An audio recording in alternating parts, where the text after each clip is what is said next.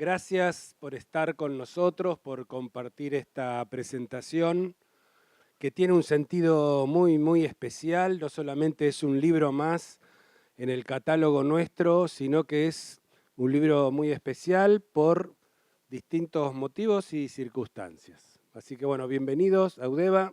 Mi nombre es Luis Quevedo, yo trabajo aquí, soy el responsable de hacer libros y está también la doctora Ximena González, que es nuestra directora editorial y que es la responsable que los libros salgan bien.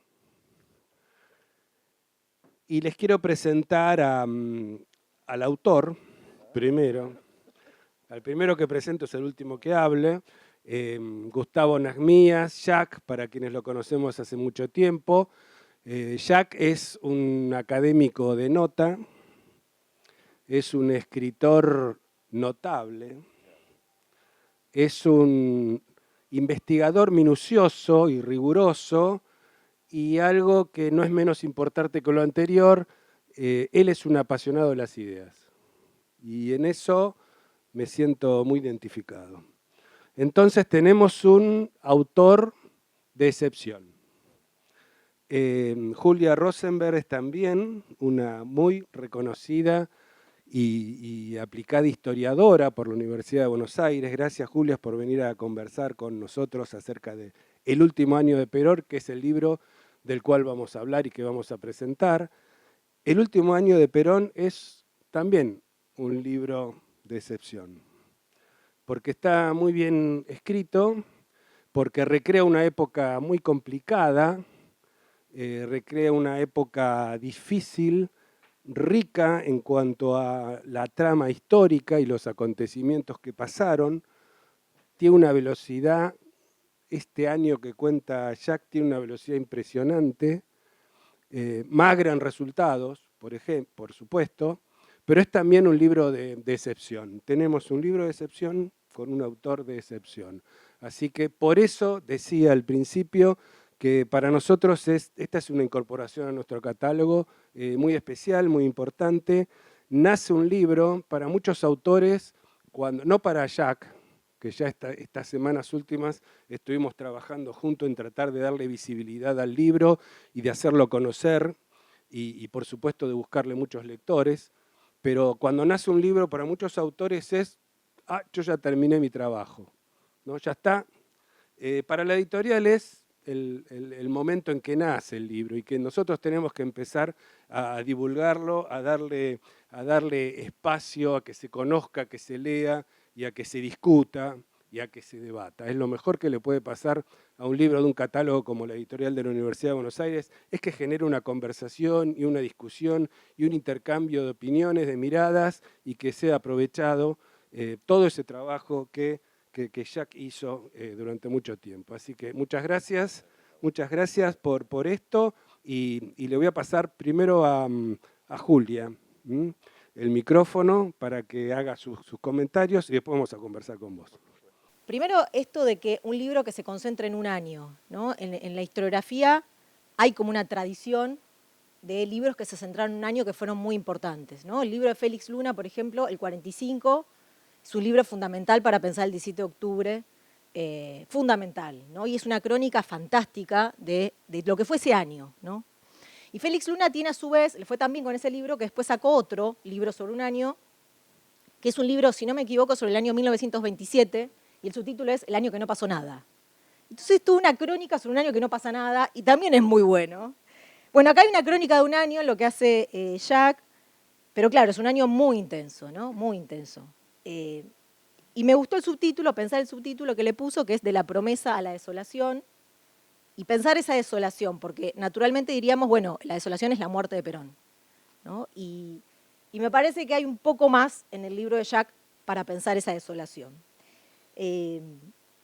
Bueno, después lo que decía Luis recién, ¿no? Es un libro de una reconstrucción histórica muy minuciosa, muy rigurosa, mucha investigación con muchas fuentes, y en ese sentido vale muchísimo porque, por algo que ahora voy a decir, pero antes de decir eso quería decir que leer el libro de Jack es también, y yo vengo tomada un poco por el asunto, que es que leer el libro de Jack es también en algún punto leer los legados de Horacio González, ¿no? Si hay una presencia que está a lo largo del libro, no solamente porque es citado, sino por las preguntas que le haces a ese año, el cómo mirás a Perón. Me parece que hay una presencia constante en el libro que es la de Horacio González y eso me parece muy lindo, ¿no? Cuando alguien tiene un maestro, cuando alguien tiene una guía, alguien con quien se forma y de repente leer ahí un legado, me parece que es una de las cosas más lindas que hay en este libro. Y también por otra cosa, que es que una entrevista que le hicieron a Horacio en el 19, creo que es una de las últimas entrevistas que le hacen en la agencia Pacurondo, que tiene una declaración que generó un revuelo tremendo, porque Horacio González dice en esa entrevista que hay que volver a reescribir la historia argentina, que hay que reescribirla de un modo que genere incomodidad, esa lectura, esa nueva lectura de la historia argentina, pero sobre todo dice que tenga una nueva valoración sobre la guerrilla de los 70. Una valoración positiva de los 70, dice él, de los grupos armados de los 70. Se armó un quilombo bárbaro, el diario La Nación sacó solicitada, la Asociación de Historiadores también, diciendo esto ya se discutió, ¿no? Como diciendo los 70 ya están cerrados, la academia ya se encargó de los 70, bloqueemos que esa discusión se vuelva a abrir, fines del macrismo, ¿no?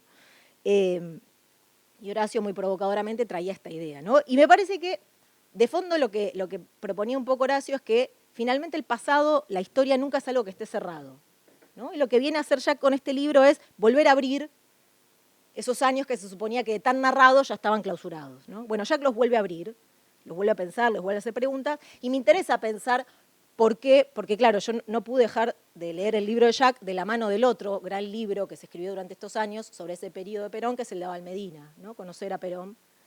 Y me llamaba la atención esto, ¿no? Que haya dos libros en los últimos años que vuelvan al mismo periodo para mirarlo con otros ojos y encontrar cosas nuevas ahí. Entonces me interesaba preguntar por qué volver a ese último Perón desde este presente, ¿no? ¿Por qué este avanzado siglo XXI necesita volver a ese Perón? Podríamos decir, por un lado, porque los 70 nunca están cerrados, ¿no? Contra los que a veces se quiere proponer los 70 en la Argentina, incluso por lados que creemos insospechados, como los de la vicepresidenta, por ejemplo, sin embargo, se vuelven a abrir, ¿no? Los 70 sigue siendo como una especie de tesoro escondido que hay en nuestra historia a lo que siempre hay que volver, ¿no? Quizás, como pregunta lo formulo, porque todavía estamos viviendo la derrota de esos años, bajo la derrota de esos años, pero también, y no podía dejar de pensarlo así, creo que Jack es muy claro, aunque elípticamente en el último capítulo, que la profundísima crisis que está viviendo el peronismo en los últimos años hacen volver a Perón, ¿no? Hacen volver a Perón, y por algo se vuelve a leer la comunidad organizada, y por algo se vuelve a leer conducción política. Bueno, y me parece que ese último Perón es un momento de Perón que vuelve a hablar en este presente, justamente por la profundísima crisis que está viviendo el peronismo, ¿no? La reconstrucción del año que hace Jack, ¿no? Que va desde, bueno, un poquito antes de la asunción de Cámpora hasta la muerte de Perón, es un año fundamental porque es la vuelta de Perón, es el regreso de Perón, porque Perón viene, ¿no? Con esta idea de, aunque sacrifique tiempo de mi vida vital, biológico, prefiero pagar una deuda con el pueblo argentino, lo dice en esos términos, pero también es el año, y me parece que esto es central, en que la conducción de Perón es cuestionada. Quizás mucho más que en los años anteriores. También tuvo momentos donde se lo ha discutido a Perón, pero claramente este es uno mucho más contundente, ¿no? Mucho más avanzado, fundamentalmente por Montoneros, donde Jack ahí lo describe como que Montoneros quería conjugar tres cosas, ¿no? Pueblo, Perón, vanguardia. Y que en esa conjunción Perón y vanguardia iban a co-conducir, ¿no? Una especie de co-conducción que se proponía desde Montoneros para el peronismo en ese entonces. En esto es muy detallista Jack y se detiene muchísimo a pensar esto, y también cómo para Perón tenía un sentido la existencia de grupos especiales hasta que el peronismo vuelva al poder. Una vez que el peronismo vuelve al poder, Perón intenta integrarlos al sistema político institucional. Pero claro, ahí va a empezar la diferencia, ¿no? O empezar no, se va a continuar y profundizar la diferencia. No me acuerdo textualmente cómo lo decía Jack en el libro, pero algo así como, desaparecidas las causas, iban a desaparecer los efectos. Esto, así lo dice Perón, claro. Que una vez dejada de lado la proscripción, una vez dejada de lado la dictadura, iba a desaparecer la lucha armada, ¿no? Ese es el pensamiento de Perón, que como sabemos no sucedió. Tres cosas de esto y ya cierro. El tema de la conducción, ¿no?, en el peronismo, que me parece que es un gran tema, me parece que en el libro Jack lo que queda claro es que la conducción define al peronismo, es constitutiva del peronismo, de su modo de hacer política, y que está en los orígenes, ¿no?, que está desde el vamos como problema. A mí me resonaba mucho todo el tiempo, hay un libro de Eva, que es el primer libro de Eva, que es Historia del Peronismo, que son sus clases en la escuela superior, fenomenal libro.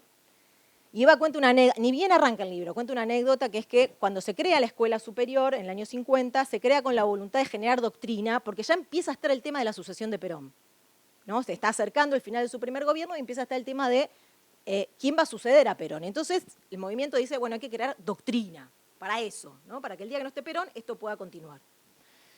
Y Eva cuenta que las aulas de la escuela superior estaban en la fundación Eva Perón y que entonces le pidieron al Partido Peronista Femenino que decore las aulas, ¿no?, porque a las mujeres nos toca decorar, obviamente. Entonces Eva decidió decorar y escribir una frase en la puerta del aula, que la frase dice así: no concibo el justicialismo sin Perón. O sea, a una escuela que quiere generar doctrina para superar a Perón, para que pueda sobrevivir a Perón, Eva dice, no concibo el justicialismo sin Perón. Está discutiendo la esencia misma de esa escuela, ¿no? Con algo muy interesante que va a decir después, también en ese primer capítulo, lo va a decir de una lástima que no lo traje para leerlo, lo hizo de un modo bellísimo, casi como discutiendo con Sarmiento. ¿Se acuerdan que el Facundo de Sarmiento empieza con este epígrafe que él traduce, hace una traducción libre? A los hombres se los degüella, las ideas no. ¿No? A los hombres se los puede matar, podemos morir, pero lo que quedan son las ideas. Bueno, ¿qué dice Eva en Historia del Peronismo? Los pueblos están dispuestos a morir por un hombre o por una mujer, pero no por ideas. Entonces lo que importa son los hombres, lo que importa es Perón, no las ideas, importa Perón, ¿no? Claro, genial, porque es toda una filosofía política del peronismo muy concreta, muy material, una lectura de la política argentina muy interesante y que va a estar en tensión con Perón y su intento de que esto sobreviva, ¿no? Claro, Eva lo dice en el 51, con Perón vivo, con Perón con posibilidad de reelegir, con Perón, donde todavía la oposición no mostró lo que va a mostrar en el 55, ¿no? No mostró lo que va a mostrar en el 55. Entonces, ¿qué pasa con esto a partir del 55? ¿Qué pasa con las fuerzas que se desatan a partir del 55, que son fuerzas... ¿Cómo pensar la conducción de un movimiento vertical, como se la propuso el peronismo, después de que tu oponente, que tu enemigo, te bombardea la plaza y te deja más de 300 muertos? ¿Es posible seguir pensando la conducción de la misma manera o no? Después de 18 años de proscripción, después de 18 años de dictadura, semidemocracia, ¿se puede seguir pensando la política en los mismos términos? Esa es una pregunta, pero además también con esto otro, ¿no?, que es el Perón del 73 es además un Perón que tiene que trabajar con esas fuerzas desatadas del 55, pero es un Perón que también tiene que trabajar con una historia que está yendo para otro lado. ¿Qué estoy queriendo decir? 1973, crisis del petróleo, crisis de los estados de bienestar que están ahí nomás. Margaret Thatcher, está cambiando el mundo, la historia está yendo para un lado distinto. Entonces, ¿podía Perón manejar esas fuerzas, cabalgar la historia, poner la montura y cabalgar la historia como le gustaba decir a él? ¿O era ya un ejercicio, un Perón de más de 70 años y que hacía 18 años que no estaba en su tierra, además, ¿no?, con todo lo que eso significa? Bueno, para cerrar no, me faltaban dos cosas más. Esto. La primera es en esto que decíamos de Montoneros discutiéndole a Perón la conducción. Hay dos palabras que me interesa que Jack retoma para pensar, que es la palabra revolución, por un lado, porque para Montoneros la revolución es algo a hacer, es un trabajo todavía incompleto, es la revolución socialista. Mientras que para Perón la revolución es algo que ya pasó, la revolución es la del 45, y es la justicialista. Y por otro lado, otra palabra que me parece interesante también para pensar, que es la de vanguardia, que en este libro aparece mucho, y que me parece que sirve mucho en este presente, porque si hay algo que en el presente está pasando es la crisis enorme política y de representación que tiene el peronismo, ¿no? La idea de vanguardia en sí misma, ¿no se lleva mal con el peronismo? También tengo como esa pregunta, ¿no? Hay una cita que a mí me gusta muchísimo, que repone a Valmedina, de Leopoldo Marechal, ¿no? Leopoldo Marechal tiene un ensayo que se llama El poeta depuesto, que él escribe en el 55, y dice así: El conocimiento precede al amor, dice la vieja fórmula. Nadie ama lo que no conoce previamente, y el amor al pueblo se logra cuando se lo conoce. Un pueblo, al saberse conocido y amado, se rinde a las empresas que lo solicitan. Por lo contrario, la ignorancia engendra el temor, y el que no conoce al pueblo lo teme como una entidad peligrosa en su misterio sustancial. Es decir, para el peronismo, en sus orígenes, el primer peronismo, la trama con el pueblo es tal que no puede haber intermediario entre conducción y pueblo. Por eso la idea de vanguardia me parece que es un problema hasta en la misma concepción originaria del peronismo, ¿no? Y después una anécdota, un caso que a mí me gusta mucho contar, que es que en diciembre del 51, cuando se está preparando el segundo plan quinquenal, Perón lanza una iniciativa, que son las famosas cartas del segundo plan quinquenal, pero que la iniciativa se titula así: Perón quiere saber lo que su pueblo necesita, ¿no? Y con ese eslogan, fenomenal eslogan, lo que se convoca es a que el pueblo escriba cartas con ideas para poner en el segundo plan quinquenal, ¿no? ¿Qué me gusta de esto? Muchísimas cosas me gustan de esto, pero ¿qué quiero destacar? Que hay una idea en el peronismo de que el saber está en el pueblo, que lo que tiene que hacer la política, que lo que tiene que hacer la dirigencia, en todo caso, es tirar una red y traer ese saber para poder gobernar. Pero el saber está allá, no está en los dirigentes, no está en la política, ¿no? Digo esto de nuevo para tratar de entender qué lugar ocupa el pueblo en el peronismo y cómo es difícil de entender una idea de vanguardia en el peronismo más clásico. En Conducción Política, el otro libro de Perón, Perón va a decir, la pregunta por la conducción es también la pregunta por el otro lado, no solamente por el dirigente que conduce, sino por a quién conduce. Bueno, me parece que esa pregunta que se está haciendo ya en este libro respecto de cómo es el vínculo entre la conducción y el peronismo, es también una pregunta muy fundamental en este presente, ¿no? Primero que todo, quiero agradecer la presencia de todos ustedes. La verdad que estoy muy contento, muy feliz de estar acá y de poder estar compartiendo este momento y esta publicación hecha por Eudeva y también, digamos, por la Universidad de Buenos Aires también, ¿no? Muy agradecido. O sea, si no hubiera pasado por esas aulas, con docentes de la talla, como decía recién Julia, de González, Alcir Argumedo, Emilio de Ípola, Juan Carlos Portantiero, no hubiera sido lo mismo, no hubiera sido lo mismo. Así que, y a la carrera de Sociología, por supuesto. Quiero agradecer a Julia, digamos, presencia desinteresada, generosa, inteligente, digamos, que se leyó el libro en 2 días, se encerró para leerlo, más o menos. Bueno, a Luis Quevedo, gerente general, pocas veces uno se encuentra con alguien, digamos, tan cálido, tan lector y un hombre de la cultura, conocedor de esta ciudad como pocas personas, digamos, y que trabaja, digamos, para mostrar la productividad que tienen lo que se elabora en la Universidad de Buenos Aires. Y eso, digamos, para nosotros tiene un valor inconmensurable. Así que muchas gracias, Luis, en serio. A Esteban Lopresti, que forma parte del equipo, permítanme hacer estos agradecimientos. 2 correcciones pero infalible, meticuloso, observador, al detalle. La verdad, muy agradecido. Un agradecimiento especial. Esta etapa poca gente la puede hacer. Poca gente. La hizo mi amigo Pablo Corto Alessandrini. Nos conocimos en la facultad, él militaba en el radicalismo, yo en el peronismo, repartiendo volantes en un segundo piso en la facultad. Hoy es uno de los mejores ilustradores para mí. Digamos, tiene las mejores tapas, y las tapas, muchas de las que van a ver acá, son hechas por el Corto. Ernesto Samadjian, director acá de fotografía, realizador audiovisual, digamos, que hizo estos videos, los reels, poniendo una belleza estética y una creatividad realmente importantísima. Y no me quiero olvidar ni de Guillermo Alpern ni de Marcelo Poretti. Guillermo Alpern a cargo de la prensa y la comunicación y Marcelo Poretti a cargo de las ventas. Hoy hay un precio especial, así que pueden contar. Bueno, el libro. Vamos a lo que comentaba Julia y un poquito a... El libro es una investigación, es un trabajo de investigación, es un trabajo de relevamiento, digamos, con una bibliografía que tiene que ver con la temática propia de lo que sería la temática respecto al peronismo, pero también con diarios y revistas. Diarios y revistas que empiezan a dar un pulso diferente, me parece a mí, a la investigación. Eso me gusta mucho. Y en este caso me aboqué a un diario que a mí me parece que es excepcional, que era La Opinión, porque en esa época no estaba la búsqueda de la primicia ni de la noticia, ¿no? Es un diario de editoriales. Entonces, o sea, cada artículo que uno puede leer ahí es una pluma que realmente contiene una belleza y un análisis político interesantísimo.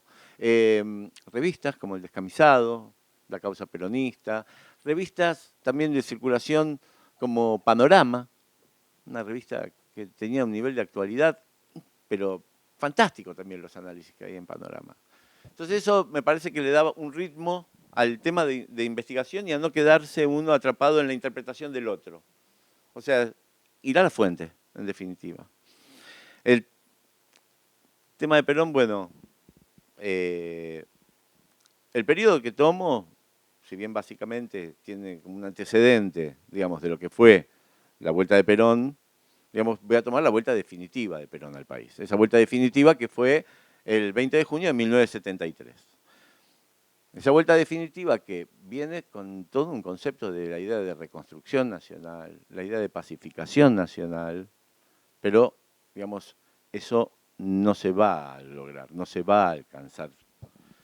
De ahí la idea que, como bien señalaba Julia, la idea de una promesa, porque había una expectativa de su llegada al país, pero, digamos, la desolación. Perón muere, hay algo que también va a quedar, digamos, todavía no va a poder terminar de ordenarse, si es que todavía cabía posibilidad de ordenarse. Y al día siguiente, desde su regreso, digamos, al país, va a dar un discurso que es, para mí es un discurso que se lo leyó, por supuesto, pero tiene, digamos, frases que son realmente interesantes, donde uno puede empezar, digamos, a ver, digamos, ¿por qué está diciendo esto? Y uno se empieza a preguntar, ¿por qué está hablando de esto? O sea, Perón dice que llega descarnado, o sea, como si en la carne estuviese la pasión, ¿no es cierto? Es como si fuese puro espíritu. Digamos, y llega al país descarnado con la única misión de cumplir, digamos, con la tarea de los últimos momentos de su vida. Pero en el relato que uno va viendo, porque es el día posteriori de lo que había sido Ezeiza y que había sido, como fue determinado, una masacre, por Berbisky, por ejemplo, va a decir, hay que volver al orden legal y constitucional. Entonces uno se pregunta, pero ¿no estamos en un orden legal y constitucional? ¿O acaso Cámpora no está en el gobierno? ¿De qué estamos hablando? Como única garantía de libertad y justicia. Quien altere el principio de convivencia, sea de un lado o del otro, será enemigo común que debemos combatir sin tregua. Los peronistas debemos retornar a la conducción del movimiento. ¿Cómo es esto? ¿Pero quién está conduciéndolo entonces? ¿Qué está pasando? Ponerlo en marcha y neutralizar a quienes pretenden deformarlo. ¿A qué se refiere?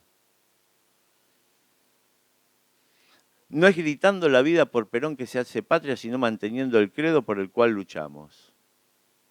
Los que ingenuamente piensan que pueden copar nuestro movimiento o tomar el poder que el pueblo ha reconquistado, se equivocan. A los enemigos embosados, encubiertos o disimulados, les aconseje que cesen en sus intentos, porque cuando los pueblos agotan su paciencia, suelen hacer tronar el escarmiento. Qué Perón, ¿no? Digamos, es al día siguiente a su regreso. No hay una sola mención de Ezeiza, ¿eh? En todo el texto. No hay una sola mención a lo que había sucedido. Me parece que ahí podemos pensar también, digamos, algo en términos de lo económico. También viene con una mirada económica. Hay algo mínimo si se quiere, económicamente, pero va, o sea, para él, digamos, no se puede consumir más de lo que se produce. O sea, es un concepto básico. O sea, hay que producir y vamos a consumir lo que se produce, no se puede gastar de más. Porque el Perón que viene es el Perón del pacto social, es el Perón que va a juntarse con la CGT, la CGE y el Estado en ámbitos de regulación. Ahora, las fuerzas que se habían desatado, digamos, eran muy difíciles de contener. Me parece que había ahí una dificultad y ahora empiezo a retomar el tema para no ahondar demasiado, digamos. Me parece que es una gran dificultad el tema, digamos, de la herencia. Se sabía que Perón estaba enfermo, se sabía que Perón se estaba por morir. La herencia es un problema en la actualidad la herencia también, en un pie de página. El único momento que, digamos, que se pudo dirimir, si se quiere, el proceso de la herencia y quién podía ser un candidato, y ya no estamos hablando de Perón, sino estoy trayendo de esta época, me parece que habrá sido la interna de Cafiero Menem. Me parece que es eso. Pero no es un término de herencia, es un término de quién va a tener la jefatura. Palabra de mi amigo Mason. ¿Quién va a manejar la jefatura del peronismo? Jefes subieron, pues jefes puede ser Menem, Kirchner, Cristina, pero conducción es otro tema. Y conducir es persuadir. Por eso la discusión que yo trato de mantener con Horacio. Porque conducir no es persuadir, mandar es obligar. Entonces, ¿por qué le pone todos los atributos, digamos, de la conducción como si se tratara de un mando, Horacio, en ese punto?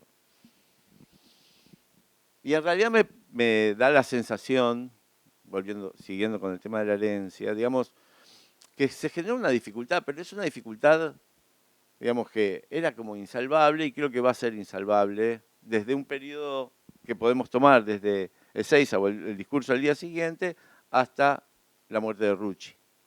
O sea, ese arco me parece que vuelve irreconciliable el posicionamiento, porque inmediatamente después se va a lanzar lo que se conoció como el documento reservado. Y el documento reservado era un documento donde ya se acusaba del marxismo, de infiltración, y ya el lenguaje empieza a escalar muchísimo más. Las acciones también, van a comenzar las acciones de la AAA. Y vamos a encontrarnos con una imposibilidad de poder generar esa pacificación. Una idea que me viene a la cabeza en relación al tema de la conducción es que sí, digamos, hay un texto de Perdía que encontré que decía, bueno, no, nosotros queríamos co-conducir, era compartir la conducción.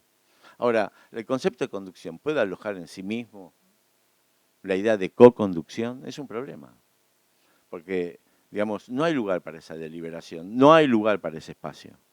Digamos, a mí me parece que ya hasta es un tema hasta de filosofía política esto ya, ¿no? Digamos, no hay lugar, digamos, para compartir la conducción. El conductor, digamos, lleva, digamos, adelante, digamos, la expresión de lo que va a ser en ese momento el movimiento. Entonces, y entonces aparece otra pregunta. Peronismo siempre se habla, y porque uno no puede dejar de pensar el texto que está leyendo, o lo que va leyendo, digamos, en las revistas, en el diario, en la bibliografía, sin pensar en el presente. Vivimos de este presente, digamos, y estamos preguntando en un pasado, pero lo estamos preguntando también desde este presente. O sea, es imposible si no.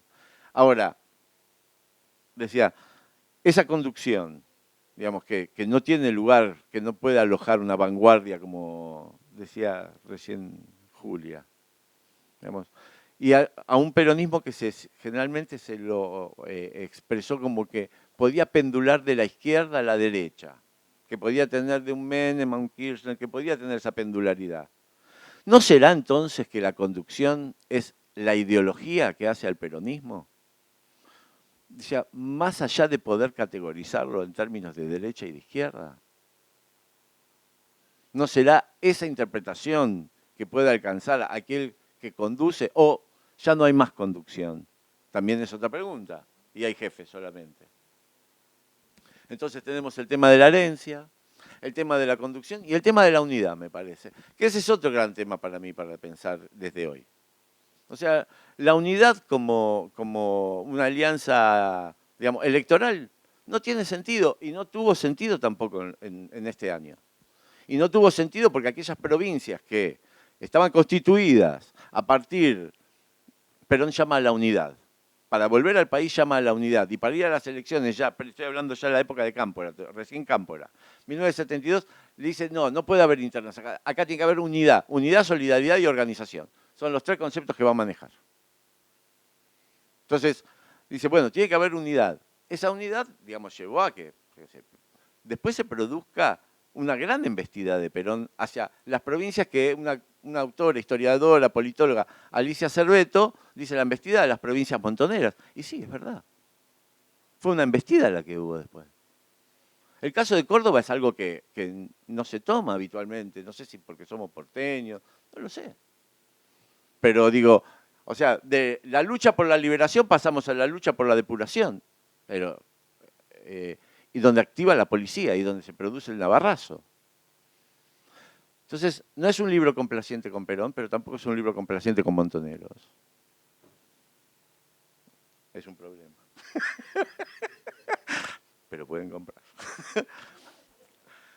Quiero decir, digamos, herencia, conducción, el concepto de unidad, digamos, son todos conceptos que me parece que flotan en la actualidad y que me parecía que este año es un año donde uno va a ver las internas a cielo abierto, las discusiones, las peleas, las acusaciones, a cielo abierto. No hay vuelta de hoja, no hay vuelta de hoja. Me parece que es un año para reflexionarlo, para pensarlo, y que nos tiene algo para decir también sobre la actualidad y el presente. Yo lo leí como lector lo leí tal cual lo está explicando Jack antes que me lo explicara. Lo leí exactamente igual. Digo, pero entonces, ¿cuál es la ideología del peronismo? Una cosa que se discute siempre, en todos los ámbitos. Mira, ¿el peronismo qué es? Bueno, el peronismo es la conducción que el peronismo tenga. El libro lo demuestra muy claramente. Yo leí a la página 15 ya, y además que lo viví, ¿no? Pero esto no puede salir bien, ¿no? Esto no podía salir bien. Cuando le discutís en nombre de la vanguardia, del pueblo, de lo que sea, a Perón, lo único que Perón no permitía que se le discuta, que era la conducción, no puede salir bien, ¿no? O podía salir bien, o había alguna manera de que salga bien. Hay un concepto que es el de formaciones especiales. Ese concepto de formaciones especiales es un concepto de Clausewitz, pero en un libro de Larraqui, de Galimberti, tiene una frase que está muy buena, que me gustó, ¿no? O sea, porque Perón, digamos, la formación especial se tiene que replegar, o sea, hacer el acto y replegarse detrás del jefe. Digamos, y Galimberti en ese momento estaba como representante de la juventud, delegado representante de la juventud, digamos, y Perón, después de las elecciones, como había lanzado las milicias de la juventud y para Perón era toda una locura, entonces lo llamaron a él, lo llamaron a Valmedina porque había perdido en 3 provincias y tuvo un careo ahí con otros personajes en Puerta de Hierro. Y Galimberti le dice, lo que pasa es que los muchachos piensan que Perón me bajó a mí, dice, pero en realidad Perón nos bajó a todos. Y yo creo que ahí hay un ejemplo que está de una conversación que tuvo Firmenich Perdía cuando fueron a Puerta de Hierro. Y está la historia que Perón le cuenta a Firmenich, y Firmenich la dice en un texto creo que la revista Somos, de Editorial Perfil. Y dice, entrevistado por Felipe Piña, año, y le dice, usted sabe que, Firmenich le está contando a Piña, que vino Perón y nos contó un cuento. Usted sabe que dicen que un chico cuando cumple 13 años en la colectividad judía, dicen que tiene una mayoría de edad. Entonces, Samuel había cumplido 13 años y fue, y el padre le dijo, anda a buscar el regalo que lo tenés ahí arriba, en la repisa. Entonces Samuel fue, subió la escalera y cuando está agarrando el regalo, sacude la escalera el padre y Samuel se cae. Dice, eso para que aprendas a no confiar ni en tu propio padre. O sea, esa escena a mí me pareció dramática. La verdad que me pareció, o sea, es lo siniestro ya todo, ¿no? Pero bueno, eso creo que es lo que pasaba.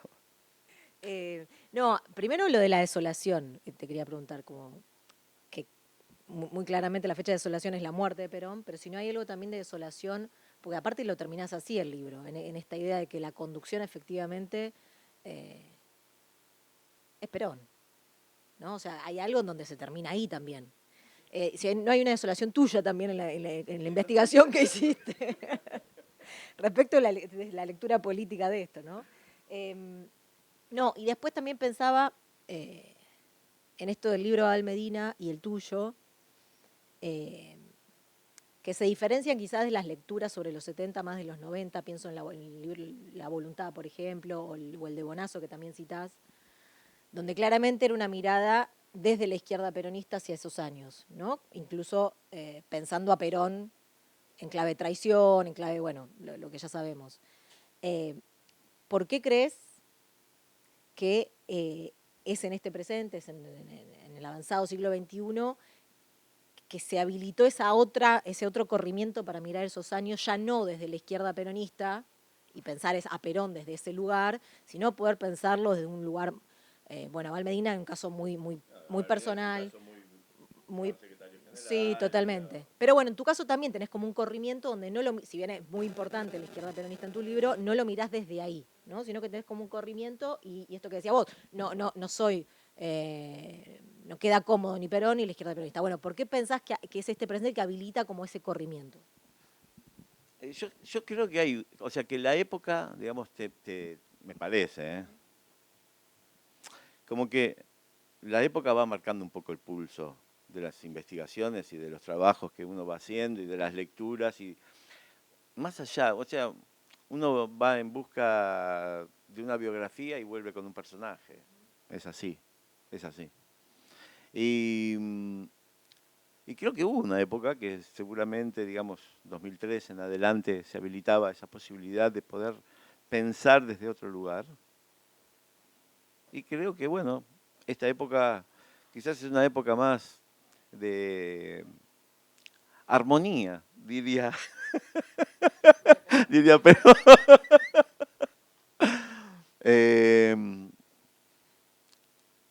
hay algo que me parece es como que no sé si se leyó en toda su dimensión tampoco a Perón. Eso también me parece. Hay un texto